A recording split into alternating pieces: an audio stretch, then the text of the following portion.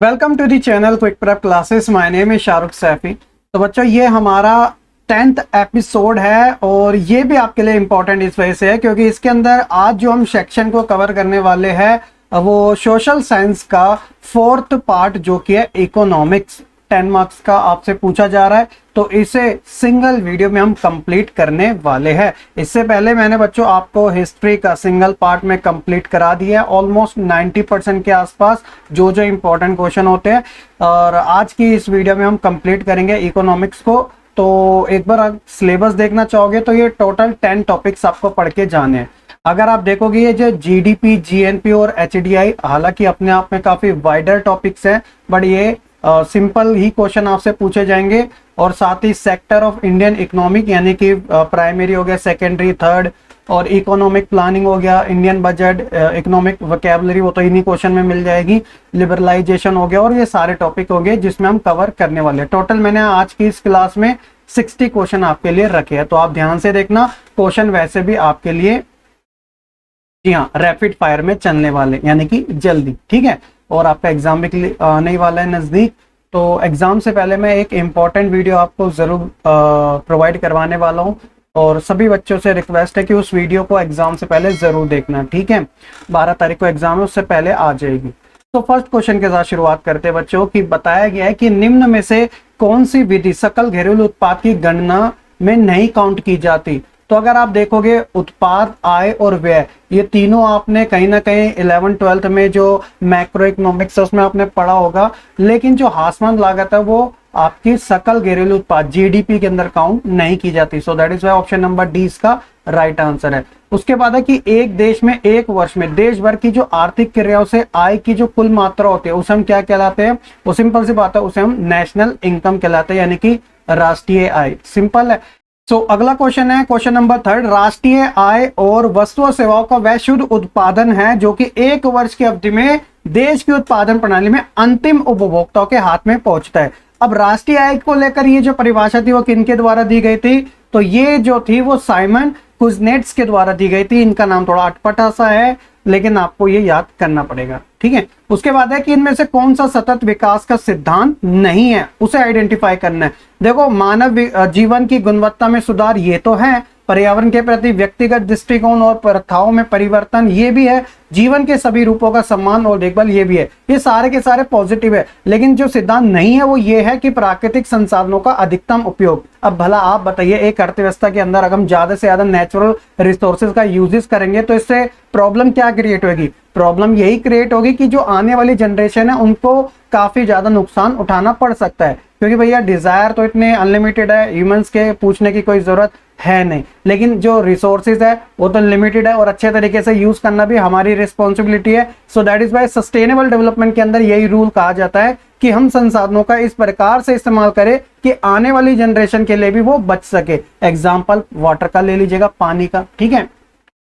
भारत की अर्थव्यवस्था में सबसे अधिक योगदान किस क्षेत्र से आता है, तो अगर आप देखोगे तो वो आज के समय वैसे थर्ड सेक्टर जो वो काफी ज्यादा तेजी से ग्रो कर रहा है, यानी कि जो सर्विस वाला सेक्टर है, जो टेक्नोलॉजी जब से आई है तो सर्विस सेक्टर जो है वो काफी तेजी से ग्रो करता गया। आज देखते हो कि मोटिवेशन स्पीच देने के भी लोग क्या दे रहे हैं, पैसे दे रहे हैं, है ना, बड़े बड़े सेमिनार होते हैं। भारत की अर्थव्यवस्था को किस वर्ष तक 5 ट्रिलियन जो हमारे मोदी जी ने लक्ष्य रखा था वो किस वर्ष तक की बात करी थी, तो बच्चों वो 2024 और 25 के बीच वाली कही थी। उसके बाद है भारत की अर्थव्यवस्था की गणना के लिए आधार वर्ष क्या माना जाए, तो जो लास्ट हमारी सेंसस हुई थी 2011-12 में, तो इसे ही माना गया था, ऑप्शन नंबर सी।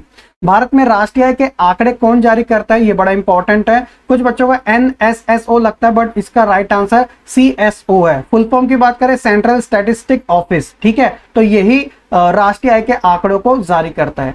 इसके बाद है कि CSO की जो स्थापना थी वो कब हुई थी, तो बच्चों जब से हमारी जो साल था 5 ईयर इकोनॉमी का पंचवर्षीय योजनाओं को लेकर, तो उसी समय यानी 1951। नॉमिनल जीडीपी के आधार पर दुनिया की चौथी सबसे बड़ी अर्थव्यवस्था, हालांकि ये लाइटली क्वेश्चन है बट फिर भी आप कर लेना, तो वो जर्मनी को माना गया। अच्छा, जीडीपी की गणना में किसके द्वारा किए गए कार्यों के उत्पादन को जोड़ा जाएगा, तो अगर आप देखोगे गृहिणी के कार्य नहीं जोड़ा जाएगा, और अध्यापक अगर अपने बेटे को पढ़ा रहा है तो वो भी नहीं जुड़ा। पुराने जो शेयर है उनकी दोबारा से बिक्री के मूल्य को, ये भी नहीं है। लेकिन जब एक कारीगर एक मकान का निर्माण करेगा तो ये जरूर क्या होगा, जोड़ा जाएगा किसमें, सकल घरेलू उत्पाद के अंदर, क्योंकि कारीगर ऐसे थोड़ी है कि मुंह से ही वो मकान बना देगा। तो उसके लिए बहुत सारे जो रिसोर्सेस लगेंगे, वो कहीं ना कहीं उसका लेन देन होगा, और वो लेन देन जो होगा वो हमारा कहीं ना कहीं जीडीपी में डायरेक्टली जुड़ जाएगा। ठीक है, तो ऑप्शन नंबर डी इसका राइट आंसर है। इसके बाद है बच्चों की भारत की राष्ट्रीय आय में सर्वाधिक योगदान। तो भैया आज के समय जैसे मैन्युफैक्चरिंग जो है, विनिर्माण, वो काफी तेजी से ग्रो पाता जा रहा है। लेकिन आप एक चीज और देखोगे, जैसे चाइना जैसा जो देश है ना, कहीं ना कहीं वो मैन्युफैक्चरिंग से रिलेटेड ही माना जाता है। तभी आप देखोगे पूरे वर्ल्ड की चीपेस्ट जो चीजें मिलते हैं वो चाइना में मिलते हैं। वो पूरे वर्ल्ड में अपना क्या करता है, निर्यात करता है, बेचता है।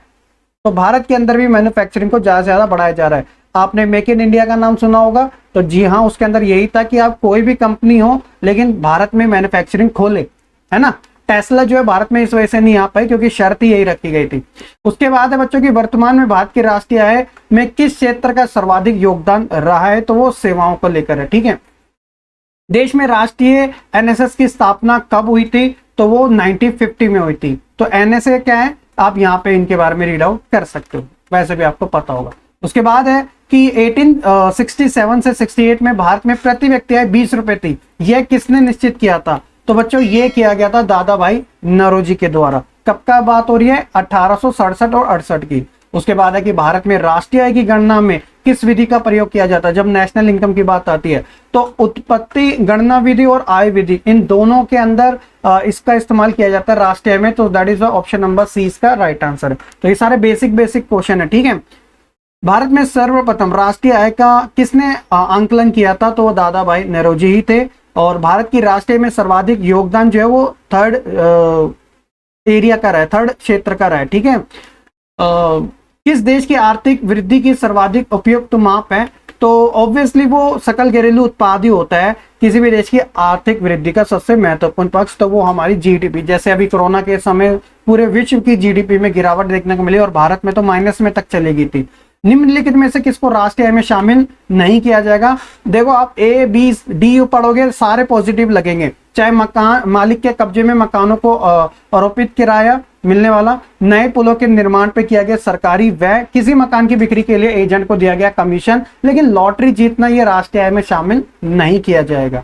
अमीरों की तुलना में गरीब बचत करते हैं तो वो कम करते हैं, तो इसलिए आप क्या करोगे, अपनी आय, खुद की जो इनकम का छोटा सा भाग, तो ये इसका करेक्ट आंसर होगा। निम्नलिखित में से कौन सी पद्धति राष्ट्रीय आय आंकलन की पद्धति नहीं कहलाई जाएगी, तो आय, उत्पाद और व्यय ये तीनों है, लेकिन मैट्रिक्स वाली रेलेवेंट नहीं है। सो दैट इज वाई यही ऑड है और यही इसका करेक्ट आंसर है, ऑप्शन नंबर सी। तो बेसिकली अगर हम बात करें तो यहाँ पर हमारे ऑलमोस्ट खत्म होने वाले जीडीपी और जीएनपी और इनसे रिलेटेड क्वेश्चन, उसके बाद एचडीआई के आगे देखने को मिलेंगे। सो अंतरराष्ट्रीय समुद्र में यानी पानी में भारतीय मछुआरों द्वारा पकड़ी गई मछलियां निम्नलिखित में से किसकी जीडीपी का हिस्सा होगी। श्रीलंका, भारत और श्रीलंका, भारत और इंडोनेशिया। देखो, भारत और श्रीलंका होगा नहीं, अगर होगा तो फिर भारत और इंडोनेशिया भी होगा। इंटरनेशनल ओशियन है, समुद्र है, किसी का भी नहीं है, लेकिन वो मछुआरे कौन से भारतीय है, तो ऑब्वियसली वो भारत पे ही जाएंगे। तो सी इज द राइट आंसर।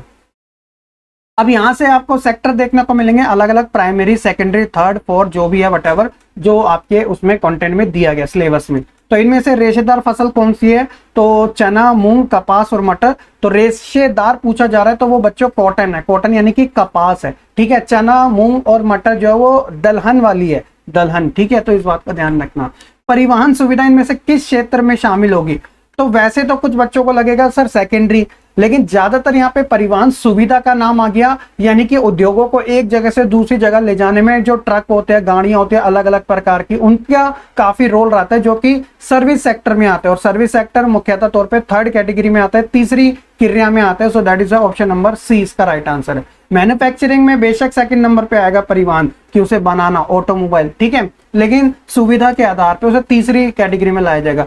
औद्योगिक क्षेत्र के नाम से इसे किसे जाना जाता है, ऑब्वियसली पहला जो क्षेत्र है वो एग्रीकल्चर है, लेकिन सेकेंडरी वाला इंडस्ट्रियल होता है, यानी कि औद्योगिक होता है। तो ऑप्शन नंबर बी होगा। कॉल सेंटर का एक कर्मचारी किस क्षेत्र में गिना जाएगा, तो कॉल सेंटर में जो लोग हैं वो क्या करते हैं, लोगों को अलग अलग तरीके से, चाहे बीमा हो या उनकी प्रॉब्लम सॉल्व करना हो वगैरह वगैरह। तो वो एक तरीके से सर्विस प्रोवाइड करवाते हैं। तो सर्विस प्रोवाइड कराने का काम तीसरे सेक्टर में आता है। So obviously option number C इसका राइट आंसर है। अच्छा, जो मछुआरा है वो किस क्षेत्र में आएगा? तो देखिए, मत्स्य पालन को पहली कैटेगरी में डाला जाता है। पहली कैटेगरी कृषि से संबंधित होती है। सो मत्स्य पालन यानी कि मछली, मछुआरा, तो वो भी पहली कैटेगरी में आएगा, यानी कि प्राथमिक क्रियाओं में। ठीक है। अल्प बेरोजगारी तब होती है जब लोग काम करना नहीं चाहते, सुस्त ढंग से काम कर रहे हैं, अपनी क्षमता से काम कर रहे हैं, उनके काम के लिए भुगतान नहीं किया जा रहा। तो इसका राइट आंसर होगा अल्प बेरोजगारी का।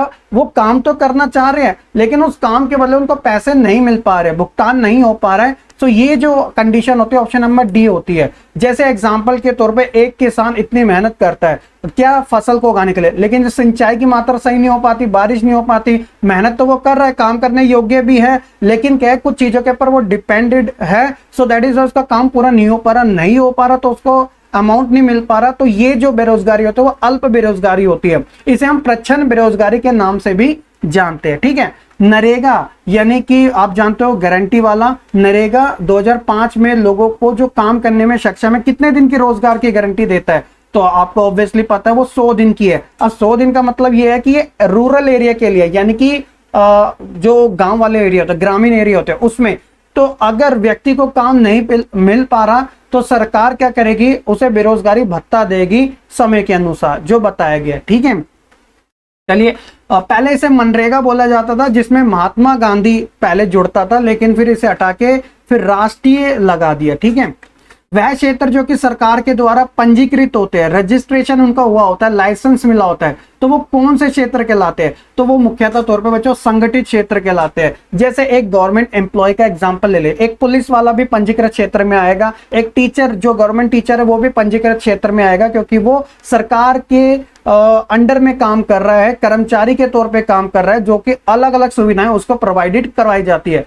तो आपका ये भी तो ऑप्शन होता है। तो सर ये असंगठित क्षेत्र कौन होता है? देखिए, जैसे किराने की शॉप होगी, मोची हो गया, या इतनी सारी अलग अलग प्रकार की रेडियां लगती है, फल बेचे जाते हैं, मतलब वो काम, यानी एक दुकान पे करने वाला एक लड़का भी इसके अंदर इंक्लूडेड है, जो कि रजिस्टर नहीं है, अगर वो नहीं जाएगा तो उसे सैलरी नहीं मिलेगी। तो ये असंगठित क्षेत्र होते हैं। ठीक है। तो संगठित वाला पहला वाला है। टाटा आयरन एंड स्टील जो है वो किसका उदाहरण है? ऑब्वियसली ये एक प्राइवेट कंपनी है, तो ये निजी क्षेत्र में काउंट किया जाएगा। ठीक है। इसके बाद है कि एक वस्तु का सबसे ज्यादा प्राकृतिक प्रक्रिया से उत्पादन डैश की क्षेत्र गतिविधियां हैं। तो ये एनसीईआरटी क्वेश्चन है। तो अधिकांश प्राकृतिक प्रक्रिया में क्या होता है? फर्स्ट वाला इसके अंदर किया जाएगा। जैसे एग्जांपल के तौर पे कुछ फसलें ऐसी होती है कि जो पूरे साल भर नहीं चलती, उसे लिमिटेड टाइम के लिए ही यूज करना पड़ता है। फल इसके सबसे बेस्ट एग्जांपल है। फल पूरे सालों भर नहीं चलते हैं, तो इसलिए वो क्या होते हैं? प्रकृति के ऊपर डिपेंड रहते हैं, है ना। कुछ फल सर्दियों में आते हैं, कुछ फल गर्मियों में आते हैं, तो उसी के हिसाब से उनका क्या होता है? उत्पादन किया जाता है। तो वो बच्चों प्राइमरी कैटेगरी में ही गिने जाएंगे, प्राथमिक क्रियाओं में। ठीक है। कृषि से संबंधित सरकार द्वारा अवरोधों, लेकिन द्वितीयक में क्या होता है? उसे निर्मित किया जाता है चीजों को, तो उसे सस्टेन कर लिया जाता है आगे तक के लिए। सरकार के द्वारा अवरोध यानी कि रोक टोक यानी कि प्रतिबंध, बैन करना, हटाने की प्रक्रिया किस नाम से जानी जाती है? तो लिबरलाइजेशन आपने नाम सुना होगा, या उदारीकरण का नाम सुना होगा, कि जो प्राइवेट कंपनी है बिना किसी सरकारी हस्तक्षेप के खुलकर जितना काम करना चाहे उतना कर सकती है, थोड़े दायरों में आकर, लेकिन उनके ऊपर जो तैनाती रहती है, जो इंटरफेयर रहता है गवर्नमेंट का, वो नहीं होगा। तो प्रतिबंध उनसे हट जाते, तो ये प्रक्रिया उदारीकरण की कहलाती है। आप इसे निजीकरण भी कह सकते हैं, या फिर इसे आप वैश्वीकरण भी कह सकते हैं, लेकिन मुख्यतः तौर पे इसे आप उदारीकरण कहोगे। अच्छा, वैश्वीकरण के लास्ट के 2 दशकों में, यानी कि दो दशक हो गए, 20 साल, हमें क्या मुख्यतः चीज देखने को मिली है? तो ऑप्शन आपके सामने, देश के बीच वस्तु सेवा और लोगों का, वस्तु सेवा निवेशों का, वस्तु निवेश और लोगों का। ऑर्डर को सही देखेंगे तो वस्तु सेवा के साथ हमें इन्वेस्टमेंट भी ज्यादा देखने को मिली है। मल्टीनेशनल कंपनी की वजह से लोग जो है अपने देश के अलावा दूसरे देशों में भी इन्वेस्ट करने को रेडी हो जाते हैं, अट्रैक्ट हो जाते हैं। भारत में भी देख लीजिएगा, आपको मल्टीपल ब्रांड्स देखने को मिलते हैं, नहीं देखने को मिलते, तो उनका पैसा कौन लगा रहा है? उनका पैसा बाहर से ही लग रहा है। विश्व के देशों में बहुराष्ट्रीय कंपनियां, मल्टीनेशनल कंपनियां द्वारा निवेश का सबसे अधिक सामान्य मार्ग कौन सा है? तो मुख्यतः तौर पे वो है कि जो लोकल कंपनी होती है ना, उन्हीं को खरीद लेना। जैसे सपोज करो कि अगर मेरे को कहीं पर इन्वेस्टमेंट करनी है, जैसे एग्जांपल ले लेते हैं, अगर मेरे को नेपाल में इन्वेस्टमेंट करनी है, वहां की कोई जानी मानी कंपनी है, तो मैं वहीं खरीद लेता हूं, तो मेरी इन्वेस्टमेंट और अच्छी हो जाएगी, क्योंकि वो कंपनी ऑलरेडी क्या है, अच्छी चल ही रही है। अगर मैं उसमें अपने शेयर डालूंगा, अपना पैसा डालूंगा, उनकी हिस्सेदारी लूंगा, तो कहीं ना कहीं मेरे को भी बेनिफिट मिलेगा। तो ये सबसे उत्तम साधन है। वैश्वीकरण ने जीवन के स्तर में सुधार में सहायता पहुंचाई है सभी लोगों की, विकसित देशों की या फिर विकासशील देशों की, या नन ऑफ द अबव। देखिए, अगर आप सभी लोगों की कहोगे तो ऐसा जरूरी नहीं है, क्योंकि वैश्वीकरण के पॉजिटिव नेगेटिव दोनों हमें कारण देखने को मिलते हैं। तो आप सभी लोग तो कहोगे नहीं। विकसित देश का मतलब ये नहीं है कि जो ऑलरेडी डेवलप है कि वहां पे सभी का प्रॉफिट हुआ है, कहीं कहीं पे लॉस भी हमें देखने को मिला है, क्योंकि सिक्के के दो पहलू होते हैं, तो हर चीज के नेगेटिव पॉजिटिव जो इम्पैक्ट होते हैं वो जरूर पड़ते हैं। तो ऐसी सिचुएशन में नन ऑफ द अबव पे आंसर करोगे तो D is the right answer. 1934 में भारत के लिए नियोजित अर्थव्यवस्था नामक पुस्तक द्वारा किसने लिखी थी? तो बच्चों होते हैं सर एम विश्वेश्वरैया। ठीक है, तो इनका नाम थोड़ा याद रखना। 1944 में बॉम्बे प्लान की मंशा थी कि सरकार सरकारी उद्योगों और डैश के क्षेत्र में कदम उठाएगा, तो वो था बच्चों आर्थिक निवेश। जी हाँ, फर्स्ट टाइम क्या हुआ था कि पूरे वर्ल्ड में वैसी क्राइसिस था, तो सरकारी को इंटरफेयर करने का मौका दिया गया था जाने माने कुछ उद्योगपतियों द्वारा। कम से कम 8 उद्योगपति तो थे। ठीक है, उसे बॉम्बे प्लान के नाम से जाना गया था। नीति का फुल फॉर्म बताना है, क्योंकि भैया नीति से रिलेटेड गारंटीड है इको के अंदर आपके आने वाले हैं, क्योंकि आपका पंचवर्षीय योजना आ रही है, आपका योजना आयोग आ रहा है, तो योजना आयोग खत्म हो चुका है, तो इसलिए नीति आयोग से रिलेटेड भी आपको रेलेवेंट क्वेश्चन जरूर देखने को मिलेंगे। तो इसकी फुल फॉर्म जो है नेशनल है, इंस्टीट्यूशन है, फोर है, बस टेक्सटाइल नहीं है, ट्रेनिंग नहीं है, ट्रांसपोर्ट नहीं है, ट्रांसफॉर्मिंग इंडिया है। ठीक है, तो इस बात का ध्यान रखना।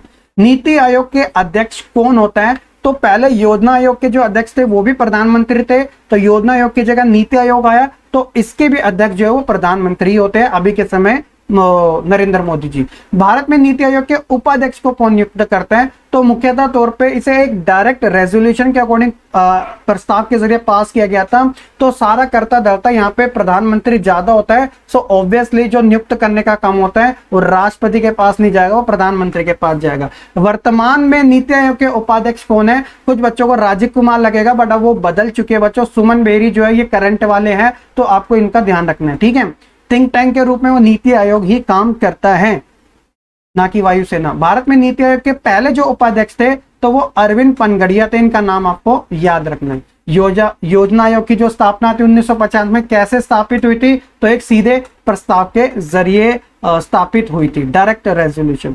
नीति आयोग की स्थापना कब हुई थी? 1 जनवरी को हुई थी, 2015 को हुई थी। तो इस बात का ध्यान रखना। 2024 तक हालांकि योजना आयोग था, फिर उसके बाद उसे खत्म कर दिया अगस्त के महीने में। उसके बाद अगले ही साल 1 जनवरी से नीति आयोग लागू कर दिया गया। 15 वर्ष की नीति के आधार पर बनाया गया ना। अब आगे देखेंगे इसे 2030 और 31-32 के आसपास। ठीक है, इसके अंदर टर्म्स काफी अलग अलग बांटे गए। योजना आयोग किस वर्ष भंग कर दिया गया था, डिसॉल्व कर दिया गया था, खत्म कर दिया गया था? वो 2014 ही था।